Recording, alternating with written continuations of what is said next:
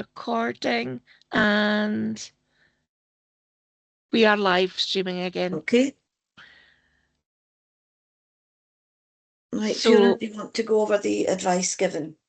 The discussion in the breakout room revolved around whether the board had sufficient evidence to make a decision. The legal tests being whether the applicant is a fit and proper person or otherwise related to the licensing objectives. The fact that the Licensing Scotland Act only allows the consideration of current convictions, spent convictions are not allowed, and the fact that little weight can be put on the applicant failing to declare the convictions because it's such a unique set of convictions. Even I had to go looking to see if they were relevant to the application. The board were advised that if they had further questions that they could put those to the applicant, but with regard to sufficiency of evidence, if it may be that if the board were to seek further evidence from the military, that might not be forthcoming from the military. And at the end of the day, the legal test states that if the board is not satisfied that there's evidence to justify any of the grounds of refusal applying, the board must grant the application. The Act does not say may, it says must. And that's a summary of what was discussed in the breakout room, Chair. Okay, thank you. So, members, I think we might go back a step and allow you to ask some questions. Are there any further questions?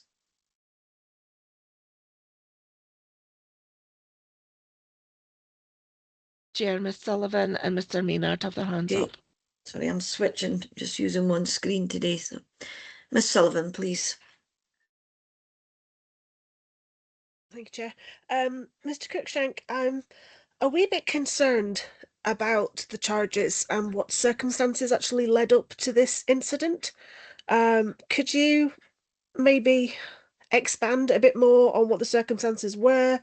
Were you drinking at the time, etc., etc.? Thank you. Yes, I had a few drinks, which I don't drink anymore.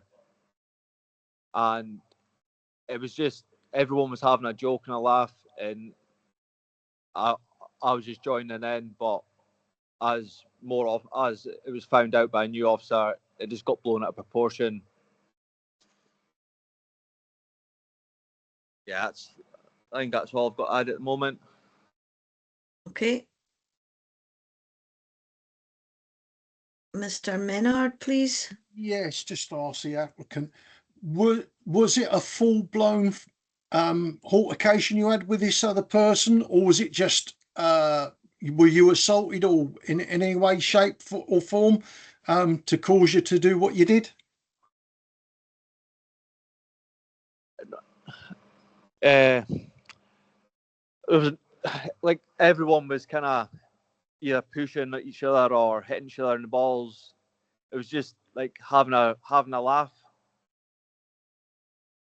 Does that answer your question? Yes and no. You say everybody else was doing it as well. So why were you singled out, or for that reason? So it was because of my rank, being a sergeant, and majority of everyone else who was having a laugh was private. Okay, thank you. Okay, thank you. We've got some more questions here, Mr Goodall. Just a quick one for you. Excuse me.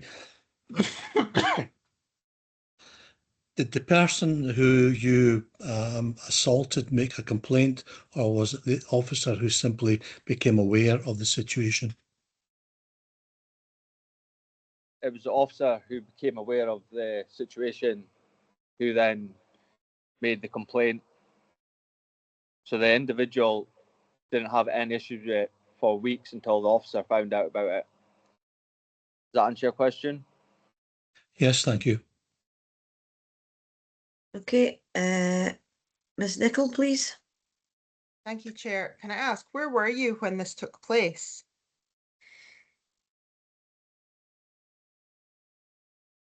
So this happened up in Inverness. Can I come back in, Chair? Yes, yeah. So was it at an event with just the military there? Was it at an event? What was that? So a company smokers where a platoon goes and has a socialising event together. So we started off in the British Legion. So yes, we'd hired the back room, but there would have been members of the public in the front room. Does that answer your question? Yes, thank you. Okay, thank you. Any further questions for Mr Cruikshank?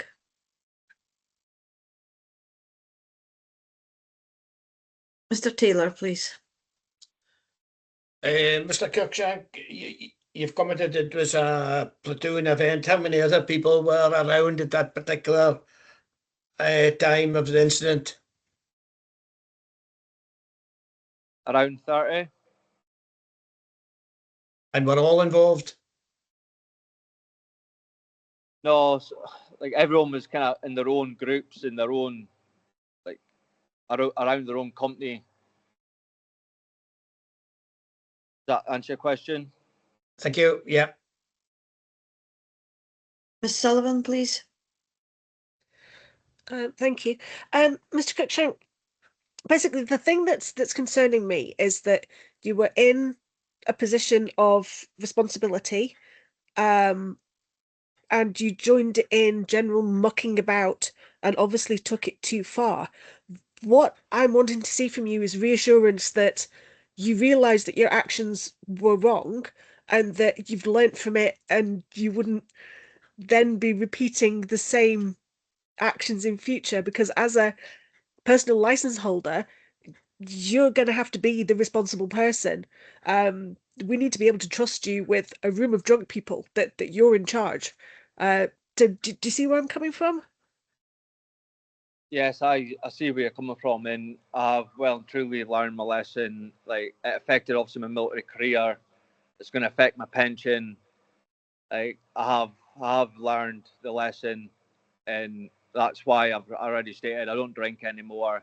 Not that I don't trust myself, but it happened when I'd had a few drinks, so I just don't drink anymore. Does that answer your question? That does. Thank you. Okay, thank you. So I don't see any more indications of questions.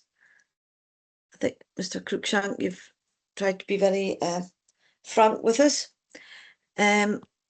Members, I will now open the matter for debate. Can members also confirm you've received sufficient evidence upon which to make a decision in case we head there? Ms Sullivan? Yes. I think I have now had enough Yeah. information, and I feel much easier now that we've had a proper view of what the incident was. So yeah, I'm happy to go forward. Okay, thank you. Anyone else coming into the debate? No. So can I call Mr Taylor?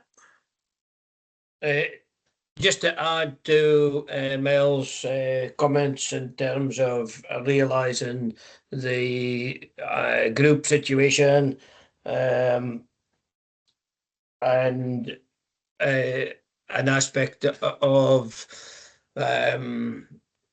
yeah, obviously alcohol had been consumed and probably a bonding exercise.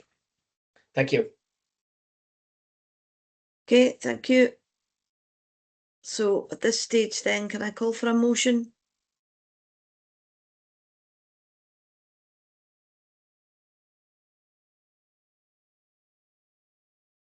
Ms Sullivan, please. Yep, I'm happy to propose that we approve the personal license. Okay, thank you. Is there a seconder, Mr. Goodall? I would second that. Thank you. Okay. Is there an amendment? No. So in that case, I think Mr. Cruikshank, the board are agreeing. Is that unanimous? Yes. Yes. Board are agreeing Yes. to approve your application for a personal licence. So can you just confirm the decision, please, Fiona? Thank you, Mr. Cruikshank. The board has granted your application today. You'll receive written notification within the next 7 days, and your licence will be issued to you in due course. And thank you for attending today. Thank you all. Okay, so I can confirm that this hearing has now concluded. Thank you for your interest in this business, and I will now ask you to leave the meeting. So we now are on item 12 of our agenda today, which is the Combined Functions and Finance Report. Morning. Sorry, that was the postie arriving. So over to you, please, Fiona. Thank you, Chair. The board has a statutory duty to approve, publish and provide a copy of its functions and finance report to the Scottish Government within 3 months of the end of each financial year. This is the 9th report presented to the board, and we continue to present a combined report so that the information can be readily found in one place. The purpose of the report is to set out publicly what the board has achieved during the financial year, how the board has met its requirements to comply with its policy and the 5 licensing objectives, and also to set out the income received by the board and the board's expenditure over the financial year. The report is supported by a detailed statistical spreadsheet that will be published on the board's website alongside the report when approved by the board. Copies have been circulated to board members in advance by way of background information. These statistics are summarised in visual form and by written explanation, highlighting positives, relationships to the licensing objectives, and demonstrating any trends that arise from those statistics over the past 9 years within the body of the report. Section 3.5 of the covering report provides a thumbnail of that information for ease of reference. I am pleased to report that the positives highlighted in previous years are continuing over the past year, and are especially a continuing credit to the early intervention approach that continues to be followed by both the licensing standards officers and Police Scotland, resulting in no reviews of premises or personal licences this year, and the amount of work both our admin and licensing team put in with applicants and their agents to try and get applications to the board as non-contentious and not requiring a hearing. Statistics on the board's repeated occasional licence policy have been included for the first time in this report, and this has resulted in premises obtaining premises licences, which is what the terms of the board's policy is designed to achieve. The number of applications for new licences is keeping up with the number of premises that have surrendered their licences or have ceased to have effect. We are continuing to see a downturn in the number of purely on-sale premises that are licensed. Applications for major variations are increasing and are becoming more complex, which reflects changing trading practices and the economic pressures faced by licence holders in the current business climate. Also, for the first time, the report reflects the number of premises licences that have ceased to have effect in relation to the board's closure of premises policy and how that interacts with Section 28 of the Act, and reflects a growing administrative focus on inactive and non-compliant licences. Our financial position reflects that income has increased slightly. We have a reduction of expenses which are mainly due to accounting adjustments relating to indirect costs, and we have recorded a profit. However, I would issue a word of caution here in that we still have a large outstanding legal bill to pay in relation to our last licensing appeal, which went against the board's decision. This is likely to be a large sum of money and will affect next year's financial position. Overall, I'm pleased to say the board's finances are broadly stable.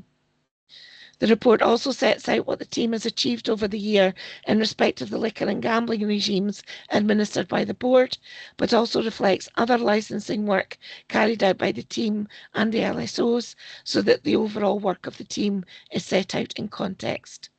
I'm happy to answer any questions and ask that the board approve the report, authorise its publication and its submission to the Scottish Government. Thank you, Chair.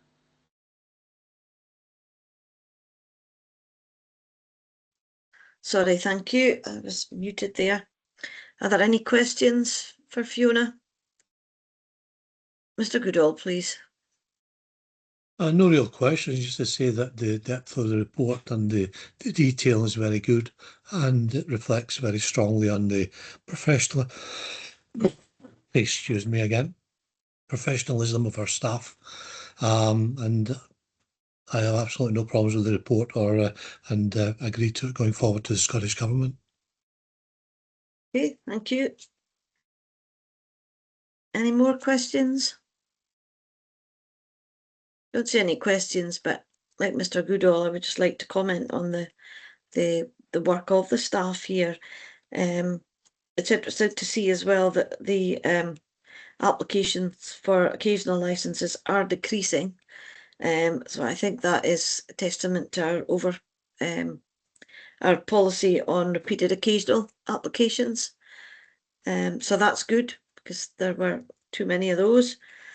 Trends are interesting.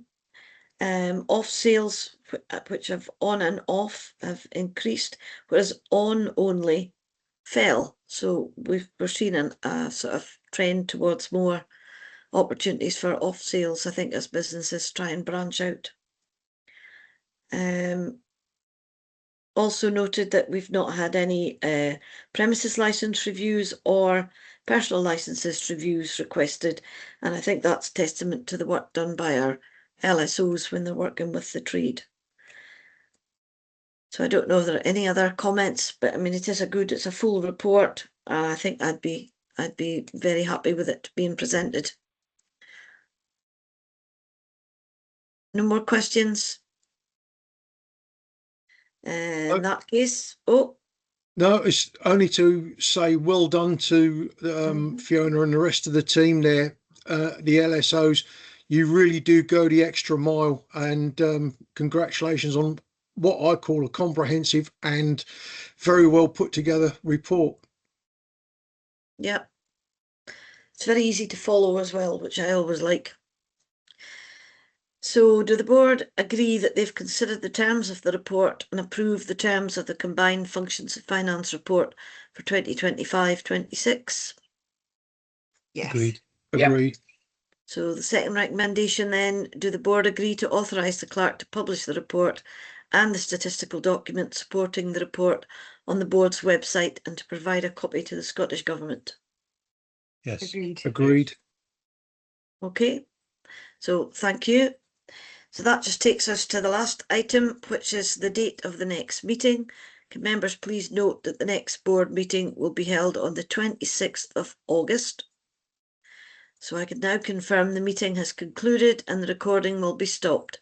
Thank you for your interest in this business and your participation in the meeting today. So can we stop the recording and the live stream, please?